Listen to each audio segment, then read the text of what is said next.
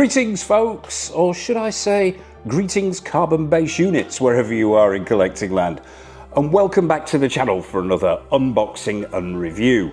But no ordinary unboxing and review, no 1/6 scale figure, no 1/4 scale statue. No, today we are going to be taking a close-up look at Tomy Plus's take on the Refit Enterprise, the 1/350th scale replica.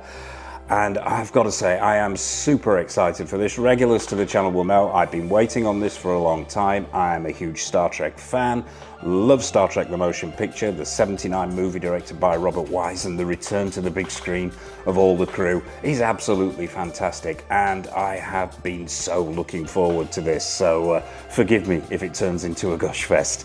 But before we dive in and take a close-up look at the Enterprise, I would like to send a dry dock size shout out to everybody who's supported the channel, and please drop a like and hype on this video, as it helps other people find Go Figure. And if you haven't already, be sure to mash that subscribe button and bell notification icon so you're sure not to miss any of the action figure, statue, replica, memorabilia, reviews, previews, news, tours, showcases, and all that other good stuff that we've got coming up. So, to save myself a little bit of embarrassment and a lot of puffing and wheezing, and probably your embarrassment as well, the pictures for the unboxing will be above me here, and it's a relatively straightforward box. It's a big brown shipper, and a huge brown shipper in fact, with Tomy Plus splattered all over it. When you open it up, you're greeted with the art box. Now, inside that, the art box itself is relatively straightforward, just plain black. It's got the Star Trek the motion picture logo across one corner, done in this sort of iridescent print. There are flecks of white stars all over the box, which Mr. Go Figure mistook for pieces of polystyrene and attempted to brush off. What a spoon.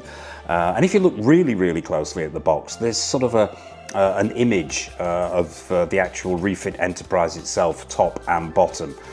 When you open that art box up, what you are greeted with is a huge chunk of polystyrene. Open that up, and inside is the refit itself, all in one piece. You've got the base, you've got the struts, the support struts, you've got the Vulcan shuttle and sled, and all the bits and pieces that you need. So that's the box. So without further ado, let's dive down onto the table and have a look at all the bits and pieces that you get with your Tomy Refit Enterprise. So apart from the Enterprise itself, what else do you get with Tomy Plus Refit? We'll get the mundane stuff out of the way first. You get count them four certificates of authenticity. All different languages here. I think you've got German, Dutch, French, and English as well. So yeah, nice to see. Also, you get a warranty. Good inclusion there, and you get this full colour instruction booklet. Now this covers everything you need to know about setting up the Enterprise itself, the light up features, the do's, the don'ts, and everything else. And it's also worthy of mention as well, you do need a USB-C lead. You need to provide your own here, because Tomy don't provide one in the box. But yeah, we'll take a look at the light up features when we set up the Enterprise herself. So that's the instructions. What else do you get? You get these two metal struts. Now these are used to support the saucer section. Now the primary and secondary hull on this replica are fully die-cast. The only plastic, as far as I can tell anyway, are the nacelles, and you're going to need these to actually support the saucer section on this base that we're going to take a look at. I've noticed that there are a lot of collectors out there, a lot of people who pick this up aren't too happy with these, and I'm not awfully keen on them. They're not the prettiest thing in the world, I've got to admit. And there are workarounds. You can find supports for the base, you can run the risk of not using them, but then, you know, there is always that chance that it might topple. So yeah, if you want 100% assurance it ain't going to fall over and get damaged, then these are a must. And they also come complete with these two little plastic doohickeys which fit on the end, so you're not likely to damage the saucer section when you're supporting it. So that's the struts. What else? You get the Vulcan shuttle, obviously. Now, all done in sculpted plastic, this, and I've got to say, it's very nicely done. The screen accuracy is there, the detailing is there, the shape is right. The only thing that I thought was a little off here was the colour. Now, I've said this on numerous occasions on the channel. It all depends on what you're watching the movie on. Are you watching it in 4K? You're streaming it? Is it an old VHS or maybe even an old DVD? And I always assumed that this was more of a grey shade, but apparently not. It was this colour in the movie. And very nicely done it is too. You've got the designation on there, it says Surak. You've got that Vulcan writing on there, and this top section is removable, and it does slot into the Enterprise at the back here. And if you're wanting to actually display it, separating from the sled itself, you can use this little plastic doohickey in there. And it comes complete with its own stand as well, clear plastic stand as well. So we'll take a look at that when we've set the whole thing up. And what else? Oh yeah, you get the hangar bay door, the shuttle hangar door. Now, you can display this open or closed, but this is the first time we're starting to see this beautiful iridescent paint application that Tomy have given this. Obviously, we will see more of that when we bring the Enterprise out herself. Very nicely done that is too. Comes with a little plastic doohickey as well, so you can remove the door depending on how you want to display it. And finally, the base itself. This is absolutely huge and incredibly heavy. I will bring this into shot. Now, metal on the top, plastic underneath here, and what have you got? Well, the connector for the Enterprise itself, which slots into the hull, and you've got these two buttons which control the sound effects and the light up effects as well. You've got three spotlights which are built into the base there, and two slots for the two holes for each of the struts as well. So that is the base, and a hefty base it is too, but it needs to be for the amount of weight that it'll be supporting. So that's the bits and pieces, folks. So without further ado, let's put this beast together and get up close and personal with the Refit Enterprise. Okay, folks, so here she is. It's the Refit Enterprise herself. And this has got to be one of the hardest things I've ever had to light on the channel. I thought we would take a look at possibly the most beautiful spaceship ever designed. In natural light, well, I say natural light, without the light up features on, just so we can get an idea of the detailing on this monstrosity. Absolutely huge piece this, weighs a ton and is absolutely enormous, but as you can see, a thing of beauty. First impressions, well, I can't really give first impressions because I did an awful lot of research before picking this piece up, so I sort of knew what to expect, but still I cannot help but have my breath taken away. And I've got to say, regulars to the channel will know, Mr. Go Figure is of a certain age and has been collecting for a number of years. And so to actually come across something that literally does take my breath away is incredible, and yeah, stunning piece. But let's have a look at some of the detailing on this enormous Enterprise. Let's start at the bottom here with the primary hull, and yeah, it's just absolutely phenomenal the work that Tomy Plus have done here. I've got to say, I am super impressed. I knew it was good, but I didn't realise just how good it is. First thing that springs to mind here when I'm looking at this is the actual Aztecing. It's the paint applications and the attention to detail here that really, really blow me away. Now, I hope the light is doing this Aztecing justice. It really is exceptional. There are purples in there, there are sort of pink hues, there are blues, there are pearlescent whites, and they capture that look of the Enterprise absolutely beautifully. Let's just take a look at some of the details. They've got the designation running down the side there. You've got the shuttle port there that we see in the movie. The detailing is absolutely excellent. We've even got the arboretum at the bottom, and you'll see that. You can actually see inside that, and you'll see that when we light this thing up. We're going to do two sections here. Well, there's going to be three. We're going to take a quick look at this thing under this LED light. Then we're going to take a look at it in the dark with the lights on, and that really is how this Enterprise comes to life. I'm not a massive one for light up features, but this really is one of those pieces that just has to be lit up. I think it's worth trying to get as close as possible to this saucer section under this light so we can have a look at some of this detailing here in this paint application.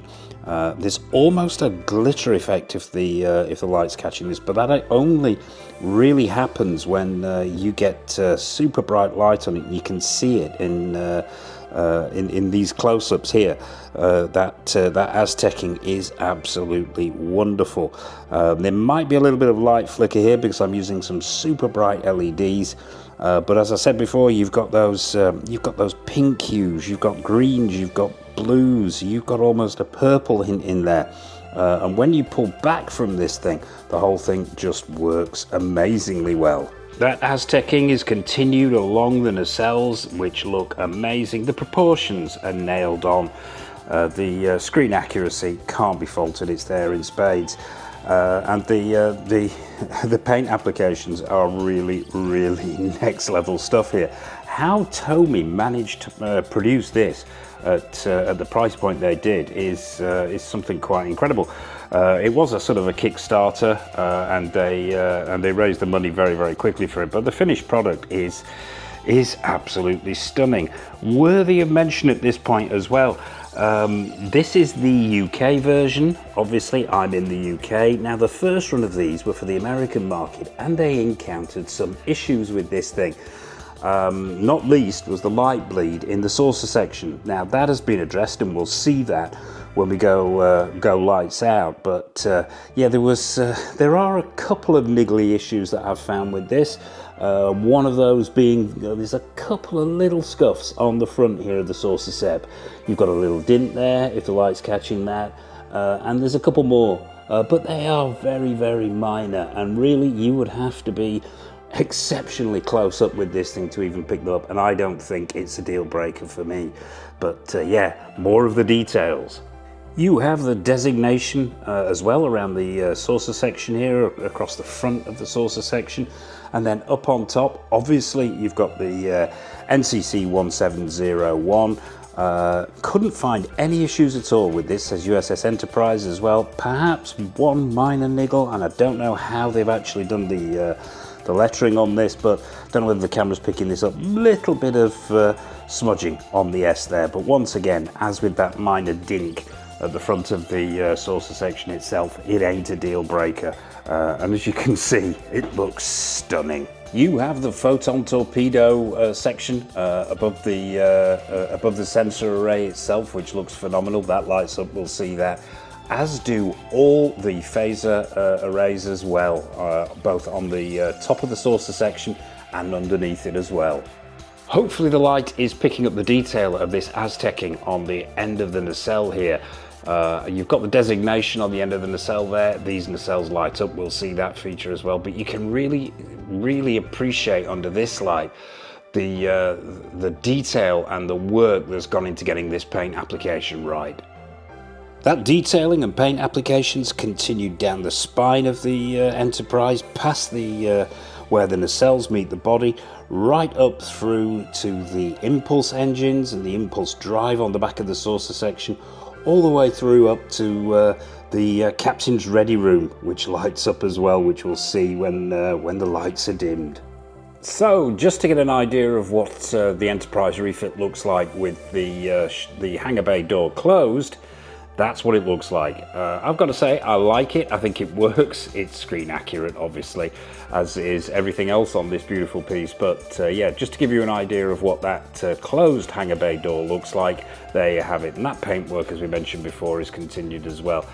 So really, you can't go wrong, whichever way you decide to display yours. As you can see here, I've gone for the strut-free look with the Refit Enterprise. Now, yes, it does sag just ever such a little bit at the front there if you go without the struts, but it will support its way over time. I prefer it without the struts. I'm going to look at some kind of solution to this base. I know that there are a number of independents out there who have made sort of wedge-shaped sections to shove under the front here, which actually puts the base itself on an angle but doesn't displace it, and it means that you can actually display it so that sag is taken away a little bit and it rests better on the upright there, and you're not risking any damage to the connectors there. But overall, without those struts, it still looks phenomenal, and it will support its own weight. And I've got to say, I do prefer this look. And for me, this is the way I'm going to display this phenomenal rendition of the Enterprise. So we can look up at it from an angle. I think this is the classic look for the Enterprise. It needs to be viewed this way, as far as I'm concerned anyway, fully lit and at this angle. So I would recommend, probably if you're going to pick this up, or if you have it, I would suggest that you're probably already displaying it somewhere quite high, so we can look up and just see those classic Enterprise lines. Okay folks, so that is a quick once-over of Tomy Plus's take on the Refit Enterprise from Star Trek The Motion Picture. But I think we need to do what this thing was made for, and that's dim the lights and activate the light-up features so we can see the Refit Enterprise in all its glory. Okay folks, so it's time for the big moment. Yes, it's light up time. It's time to check out those light up features that this version of the Enterprise is so renowned for. We will start with this base. Now, there are 2 touch sensors on this base, as I mentioned before. And yeah, along with the design of the base itself, they could be slightly better. They're touch sensors. They're not the most responsive in the world. I would have probably preferred physical buttons, but it is what it is. And I've only had this piece a couple of days, and I'm getting used to the light cycle, so you'll have to bear with Mr. Go Figure if he fumbles around a little bit here with the way these buttons work. There are so many options. There's only a few numbered in the instructions itself, so it's a bit of trial and error. So if I'm getting some of this wrong, I do apologize. But yeah, we will start with the power up mode, and that is 1 touch of the left button, I believe. And there we go. The whole thing starts to power up, and as you can see, very, very impressive it is too. So what do you get in startup mode? Well, primary and secondary hulls light up. You don't get the sensor array in blue. You get that in this sort of warm white. Works really, really well, but you get to see the beginning of the details here.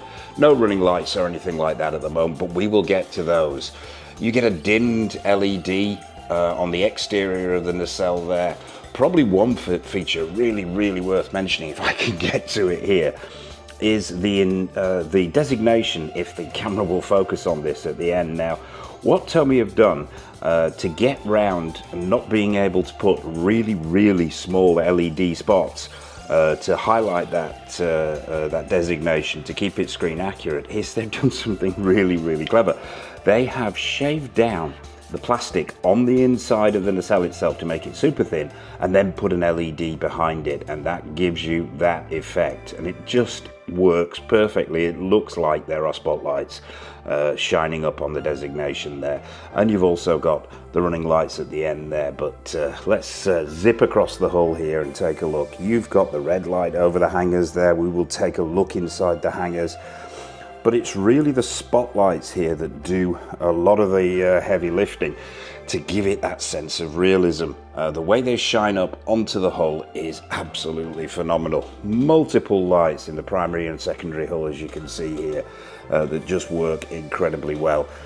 You can even see inside the Arboretum there. I'm hoping the camera is picking this up, but there is greenery in there. Fantastic touch from Tomy. Let's take a look across the top of the saucer section. And if Mr. Go Figure is losing his breath here, bear with me. You've got the bridge illuminated there, white LEDs and warm LEDs, and you can even see inside the captain's ready room at the back there, if the camera is focusing, there's furniture in there as well. So let's try another of the modes. Okay, so one more touch of that sensor button on the base there, and we go into, I believe this is this possibly running mode? No, this is underway mode. I'm having to check here.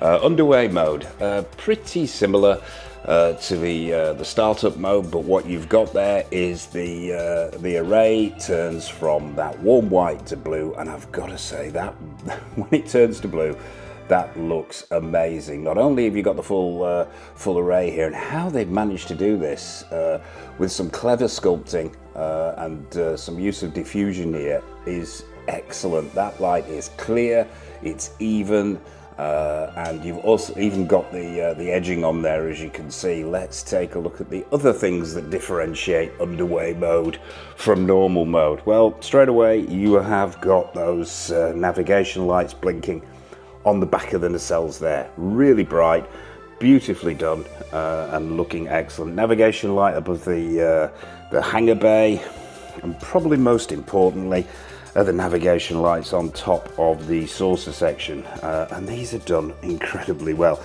Now, as I mentioned before, we had issues here with this piece when it was initially released with light bleed, and this doesn't escape 100%, but we'll get to that. You've got the red and green blinking underway lights across the back of the impulse engines, and the impulse engines really do look good in darker lighting. You've got them on the top of the bridge there, all around the saucer section, and obviously on the sides as well. Let's take a look at the light bleed issue. It's a minor one, if your camera's picking it up there. Now, the light bleed issues on the original one, there's a little touch going on there, if the camera's catching that, were far more pronounced, but still Tomy haven't quite managed it 100%, even with this, the UK version, where they address the issues prior to release. So yeah, it's probably one of my only complaints here. The problem had been pointed out. Tomy took it back to, well, not back to the drawing board, but back to the QC table at least, and was supposed to have fixed these issues. There has been an effort to fix those issues, but they're not quite 100% complete, as you can see. It's not a deal breaker for me. There are fixes for this, but really, at the end of the day, when you've had a problem pointed out to you and you've had a chance to fix it, and you've dropped the ball, yeah, it's not good. It's not good, Tomy. Come on, you could have done slightly better in that department, but really, I think that is a minor niggle when you see this thing fully illuminated. So on to the next mode. Okay, one more touch of that sensor on the base and you're into impulse power mode. Now, to be 100% honest, I'm struggling to tell the difference between impulse power mode and underway mode. They look exceptionally similar. I'm sure there is a difference, and I'm sure somebody out there will point that out, but yeah, difficult to tell the difference, but on the whole, another amazing effect, and the Enterprise still looking stunning. On to the next. Okay, so now we are in full power mode. Now, I am once again struggling to see the differences here. There is a mode where you can actually dim the lights and brighten the lights, but on the whole, underway mode, full power mode, they are quite similar. Very subtle differences, but as I say, I only had this a couple of days, so I'm still working on differentiating between those, between the modes. But one thing that I do notice is that the nacelle navigation lights are brighter and are blinking quicker. We've got some I think brighter lights in the spots for the nacelles, and probably worth mentioning at this point as well is the spotlights under or on the base itself, rather, to give it that sort of dry dock look. What Tomy Plus have done here is put 3 mini spots on the base pointing upwards, and they do give a stunning effect. Could be slightly better. I've seen a workaround from a number of collectors here, where what they've done is they've actually bought or produced mini lenses to make these look a little bit more accurate and be a little bit more precise in the detailing that they pick out. But on the whole, I think it's a phenomenal effect, as you can see here. And this full power mode really is stunning. Okay, one more tap of that button and you get what Tomy are calling full speed mode. Now, the differences here are noticeable. There's a change in the colour of that of the section above the impulse drive there. That goes from orange to blue. The main impulse engine lights die down. You get blue lights on top of the nacelles, but probably most importantly is the light up effect of the nacelles themselves. They get this stunning blue hue to replicate the Enterprise in warp flight, and I've got to say, it is amazing. It's a hackneyed old expression, but this really is one of those pieces that you need to see firsthand to appreciate how gorgeous it looks with these lights on. There is a way of turning these nacelles purple. I have worked that out. I will do that in the showcase at the end. So if you're wanting some variety in there, you can have these nacelles purple. But I think blue suits me better, and I think they look stunning. The initial photos of this piece showed these nacelles, and the lights were separated out a bit, and Tomy went back to the drawing board with them and given us a sort of diffused blue light, which is far, far more screen accurate. But while we're here, let's take a quick look in the shuttle hangar bay. Now, this is an amazing little addition here. I hope the camera is focusing on this. Illuminated on the inside, the detailing is great, from the sort of runway strip to the detailing on the walls. It would have been really nice to have seen some mini shuttles that we could have put in there and positioned on the inside. And I know there are some people making their own out there, so if you're wanting to locate some, check the internet. But yeah, that is the hangar bay. So let's check out the final mode, and that's the armaments. So on to the second of the buttons on that touch sensor base, and one touch on the right button should activate the phasers, he said confidently, and it is, well, no, there it goes, there we go. If you hope you caught that on camera there, there are a whole set of phaser arrays around the saucer section on the top there. We'll hit it again, see if we can get that to work. And it's less than reliable, I've got to say. It's another area here where Tomy could have made a slight improvement of these buttons, because sometimes they respond, there they go, and sometimes they don't. Let's take a look at that from underneath the saucer section itself, if we can get down low here, and we'll give it a shot again, forgive the pun, and yeah, one touch there and you can see those phasers lighting up. We'll try it one more time. And there they go. Okay, second feature on that weapons array button is a two-touch on that sensor, and what we should have there, you can see, are the photon torpedoes firing. We'll do that again, and it's a great little effect. And the coloration, the changes there, rather than just being a constant red or orange, is what you see is an actual variation in the duration and the tone of color there, to give that impression of the photon torpedoes firing, which I think looks phenomenal. If it will work again, that would be great. There you go. On to the next. Okay folks, so that is a whistle-stop tour of the Enterprise's light-up features, and I've got to say, regulars to the channel will know I am not a huge one for light-up features on my action figures and replicas and so on, but this absolutely begs to have it done right, and pretty much Tomy have nailed it on here. I think it looks absolutely incredible. Yes, there's a couple of minor complaints there. The light bleed hasn't been fixed 100% there on the saucer section, which Tomy really should have addressed. And there's also that issue with the touch sensors there not being quite as responsive as they should be. And I'm sure there are plenty more lighting modes that this beast actually can attain, which I haven't discovered yet, because they're not all in the instructions, which is a bit odd. But on the whole, I think it looks absolutely stunning. So time for a verdict on Tomy Plus's take on the Refit Enterprise and a final score. Okay folks, so that dreaded time has arrived. Yes, it's time for a final verdict on Tomy Plus's 1/350th scale take on the Refit Enterprise. Let's start with the good stuff. The materials that they've used here, phenomenal. The fact that the vast majority of this thing is die cast is great to see.